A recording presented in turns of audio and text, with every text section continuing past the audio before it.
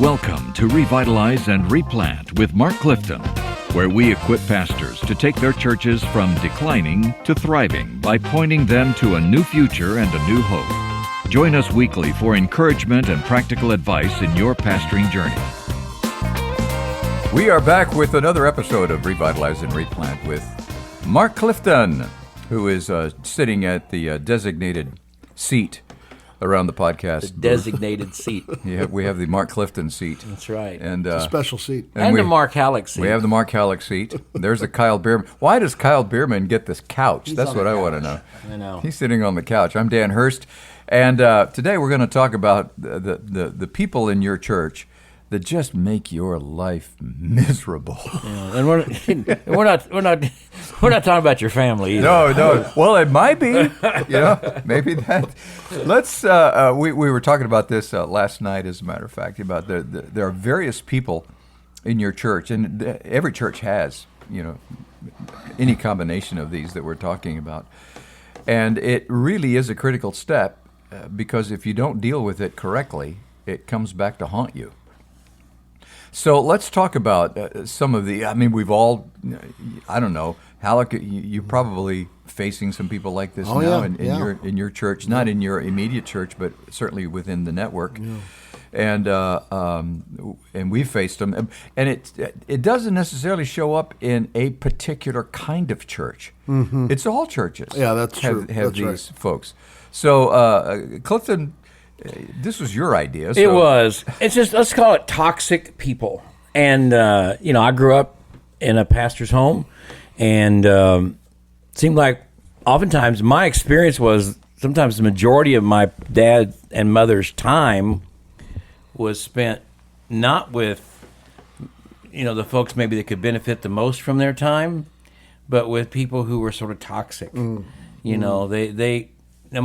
My mom and my dad were a relatively normative-sized church, and they were very loving and open people. Our home was always open, and there were some toxic people that took advantage of that. Well, let's define what is a toxic person.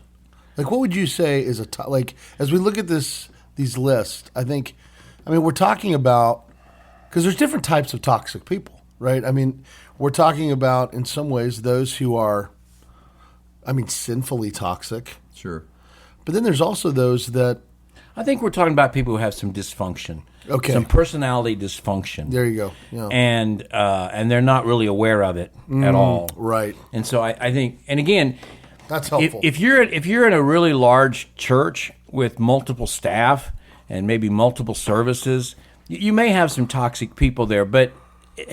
they realize they're not going to get to spend time with the senior pastor, right? Mm-hmm. So a lot of times people who sort of have some really personality dysfunctions and some neediness will show up at a normative-sized church because they can become immediately recognized, identified, and maybe even, if your church of 30, 40 people and a new person shows up, you are really going to be pretty much welcome and glad you're here.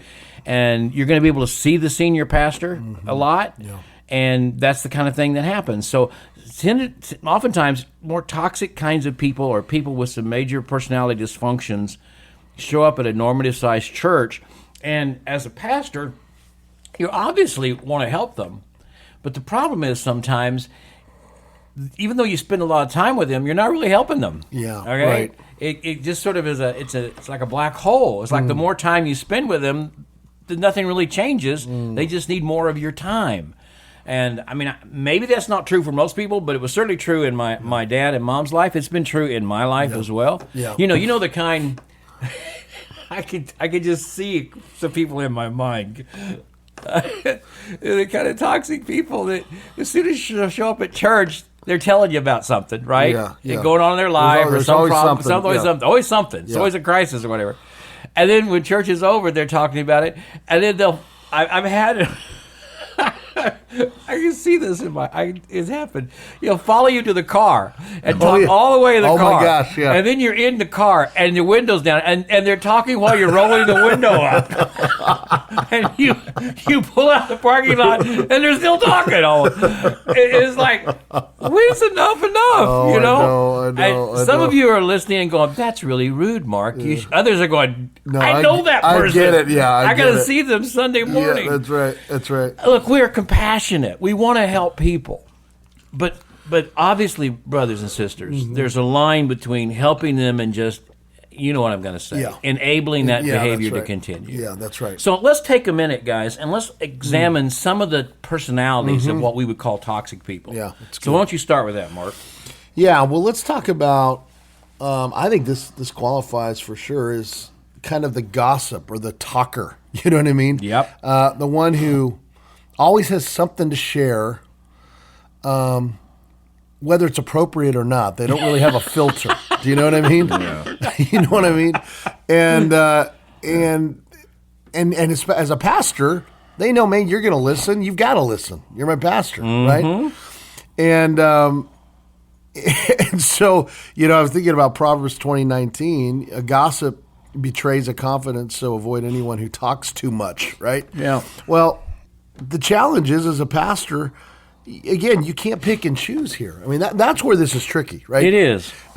Because probably... Especially in a smaller church. In a smaller church, exactly. Highly relational. Yeah. And it's very hard. And Paul talks a lot about gossip in a church. Yeah. It's deadly in a church. That's right. That's right. Well, obviously, and I'll get back to you in a second, but obviously the line, Hurst, has always been what's gossip and what's sharing out of concern. Oh, well, right. Yeah, right. Oh, my gosh. They don't ever come to you as a pastor and go, man, I got something to tell you about Karen over here. No. You heard about her? Yeah. Man, what she's doing? They don't do that. They go, Pastor, I have a real concern about what's going on in Karen's life.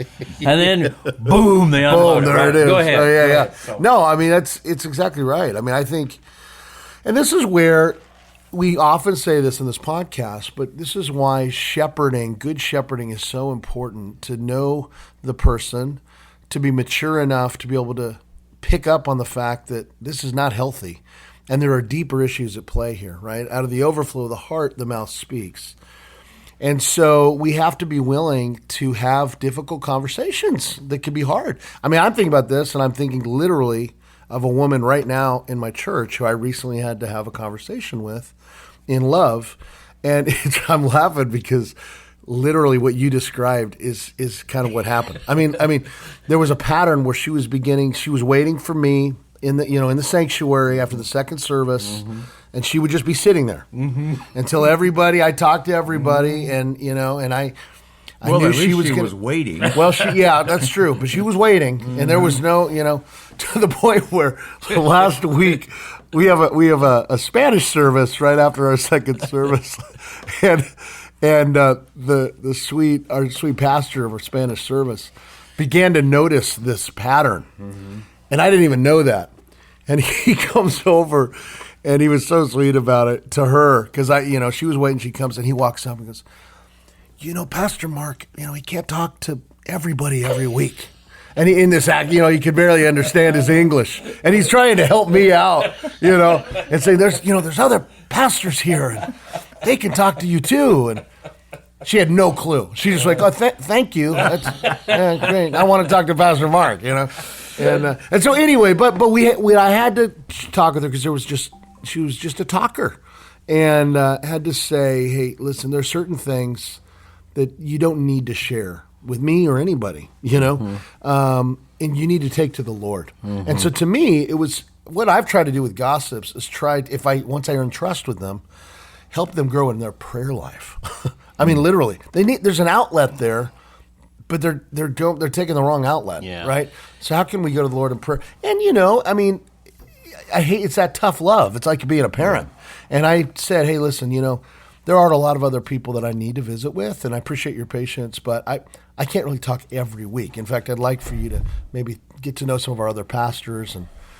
And she took it. We'll see what happens on Sunday. Well, that's a hard thing to do. It's tough. It is, because our heart goes toward people. Yeah. But when you come someone that comes up, and they're always, brother, I have a concern about this person. I have a concern about what's going on here. Let me just share this with you. Again, if you really... maybe one, the first week or two, maybe. But if this becomes a pattern, And sometimes it's just easier to listen and nod your head than walk on. Yeah. I don't want to deal with this. Okay, Right. we'll be praying. But what happens is these toxic people have a need to feel important. Yeah. Like information is important, right? Yep. I know something about Karen and it's going on, so that's important. Also, they like to be at the center of drama. Yeah. They have a need for drama in their life. And if there's not any, they'll kind of create it. And they'll suck you into that. It's almost like it's like she almost thinks she's the spy or something. Yeah, exactly. And she's helping me out. She's important. Right? Yeah, This is exactly. important. Yeah. And so what you really have to do at that point is exactly what you said. You have to say, look, this isn't about telling this to me. You need to take this to the Lord. And I and sometimes you call them on it. You go, I think this is crossed the line into really just gossip. that's I don't right. need to know all of this. Yeah. And that kind of thing. And it's really hard to do, but you're going to have to create, as you said, you're going to have to do some good pastoral shepherding and not enable them to keep coming to you over and over, because That's what right. you're doing is you're feeding that need in their life to be important. Yep. I stayed after church to talk to the pastor. Right. I have information the pastor needs. Yep. That you're not the solution to their life. No, your no. relationship with them, it's a relationship with Jesus. That's right. He's That's right. all they Amen. need. That's right. And you've got to help. Now, sometimes, be frank about it, we like to be needed. Yeah. And we like it when people think, oh, I really need to see the pastor. But you need to point them to Jesus, and you need to make sure you're not enabling them. And that gossip thing, man, it is deadly. Yeah, that's And I right. think you have to call them on it, though. No, you do. You do. You absolutely it's do. not just misdirecting. I think it's, you just simply say, look, at what point does sharing a need become gossip? Yeah. You tell me. You got to call them on it. And if they're sharing that with you, they may be sharing with somebody else, and then it really does get around. Sure. and That's become right. that. That's right. Okay, number 2, and we have what we call the gossip, and then we have what we call the exploder. Oh, man. I know a few of those. That's a hot-tempered person. Oh, man. That's a different kind of toxic person. It right? is. And who knows how to explode. I mean, if you you just feel like you have to tread tightly around them. Yeah. Like you're on eggshells with them. It's just you just are scared that you look at somebody coming down the hall and you can tell by their eyes that they got a burr under their saddle, or they're gonna say, and so what happens is, whereas with the gossip, they're always seeking you out and putting you in a corner and taking up all your time and telling you stuff you shouldn't hear and you don't need to hear. With the explosive person, you tend to avoid them. Oh, yeah. I don't want to be around him because Yeah. I know what he's going to. And you avoid them, and in avoiding them, you're really not going to help them at all because they're still going to be explosive, and they're just going to explode to somebody else. Well, right. That's the problem. If they're not exploding with you, or even if they are, they're probably exploding with others in a Bible study, in a Sunday school class. And literally, this type of personality can literally, especially in a small normative-sized church that needs revitalization, they can single-handedly hijack the whole process of becoming healthy. yeah. I mean, literally, because because everybody feels that. Everybody is afraid of them in a sense, right? Or man, if you push back on any of this guy's going to set up, or maybe they're just angry. They're just an angry person who there's always just something they want to go off on, or whatever. Yeah, and I think it's one of those things where you again, like with the gossip, you can't tiptoe around it. You actually almost have to headbutt them to just simply say, look, what you're doing here is creating an atmosphere that is an atmosphere of conflict. Right. And I know you don't really want to do that, do you? Yeah, that's right. and so once because if they say, well, yeah, that's what I want to do, now you know what the problem is. But if they say, oh, no, I really don't want to do that, okay, well then let's talk about how what you're doing is creating a greater problem instead of solving the problem. Right. What are you doing to solve the problem? Well, and let me say this. We talk about a lot as pastors, and our hearts. We need to be tender. We need to be patient. We need to be gentle. We're also called to be protectors of the flock. That's right. And this is where courageous, bold protection comes in as a pastor. You've got to have courage. You got to have guts, and you've got to be willing to confront this kind of, because the exploder often tends to also be the bully in many ways. And I'm telling you, if you don't confront the exploder, probably nobody else will. Or if they do, maybe you have maybe if this is a guy, you may have some other dude who's another exploder. Now you got a real mess. Well, I've seen that. They exploded each other. Exactly. Yeah, that's right. Well, we all got stories, right? But I was a transitional pastor of a church that needed to make some significant changes, and the deacons had empowered me to make those changes. All right. In other words, they were too frightened to, so they empowered me. I was the hired hand to make the changes. And sure enough, some of the older folks were not happy with my changes, and one older man was really unhappy with my changes. And my changes weren't that big. We were going to remove the choir for 6 months and refocus worship. We were going to move the senior adults from one Sunday school classroom to another so the children could have a better room. So those kinds of things. We're not talking about anything. I mean, right. Nothing crazy. But it just drove this guy and his friends nuts. So he started leaving after Sunday school and not staying for worship. Probably because he was so spiritually filled during the Sunday school hour. His cup was so full he just couldn't take anymore. So finally one Sunday I just thought, I'm going to ask him why he's leaving. So I go up to him before worship and he's getting ready to leave the building after Sunday school. And with children around there and people in the vestibule, he just turns to me and he's an older man. He literally puts his finger into my chest and at the top of his voice just yells at me and just explodes. Talk about an exploder. It was just an explosion. Yeah. Right there. You're the problem. I'm not going back in that worship center till you're gone. You don't care about us. You care about you and yada, yada, yada, yada. So I was just stunned, that he would yell at me like that in front of everybody and really put his physical hand on me. And so that afternoon, I called the chairman of deacons, and I said, look, I need to meet with you guys tonight. I'm your interim, but there's something major that happened today. Yeah. Oh, well, we didn't know about that, Pastor. So I met with the deacons that night, and I told them what happened, and they go, oh, well, that's just Carl. He's been that way his whole life. We all know that. Everybody in town knows that. Yeah. I'm thinking, oh, my goodness. Yeah. I mean, no. This is not good, guys. That may have been Carl before his conversion. Well, right, exactly. But that can't be Carl after his conversion. No, that's right. I mean, you can't excuse that kind of behavior. Yeah, that's right. After conversion, as though that's just his personality. Yeah. No, his sin's nailed to the cross. I mean, and so, basically, in many ways, exploders, if decades ago had been brought under biblical, redemptive, restorative church discipline, they wouldn't be exploding anymore. Yeah, right. But many times in our churches, we just don't deal with it. And we avoid it. Avoid it and just say, oh, that's just him. And the thing for you, Pastor, is that you have to understand that you have the authority of God behind you to deal with this sort of thing. Proverbs 6 talks about it. It's the one thing that God, not the one thing, but Proverbs 6 says that God hates that person that creates dissension among the brethren. That's right. And so you have that,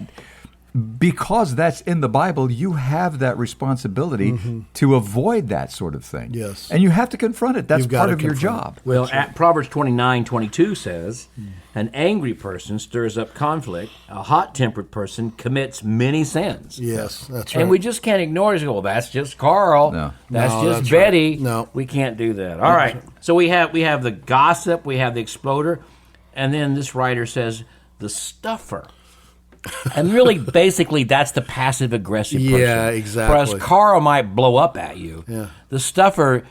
At least you know where Carl stands. That's right. You don't know where the one who stuffs all these emotions, but man, they don't forget anything. That's exactly right. And they're going to get back at you, and it's going to be passive, and it's harder to deal with a passive-aggressive person. Yes. And that's the hard for me. This is the hardest person, isn't it? I mean, a passive-aggressive person, like something's wrong, but they don't talk to you about it. No. Or they don't, and it comes out in other ways, right? It's. And again, so what do you do with the stuffer? What do you do with the stuffer? Well, you shepherd them. You pursue them. That's the thing. A stuffer. This is the person that could. I think if you walk in the flesh as a pastor, you go, who cares? Whatever. I know they don't like me. It doesn't really matter. Or whatever. You've got to pursue them, and you've got to, as far as it depends on you, be at peace with everyone, right? And I think with the stuffer especially. Because you don't know why they're stuffing. I mean, there's obviously deeper stuff in there. There's deeper stuff going on. And it comes out in all kinds of very unhealthy ways and in very unhealthy times. And again, it's sort of like, there's it's like buried landmines.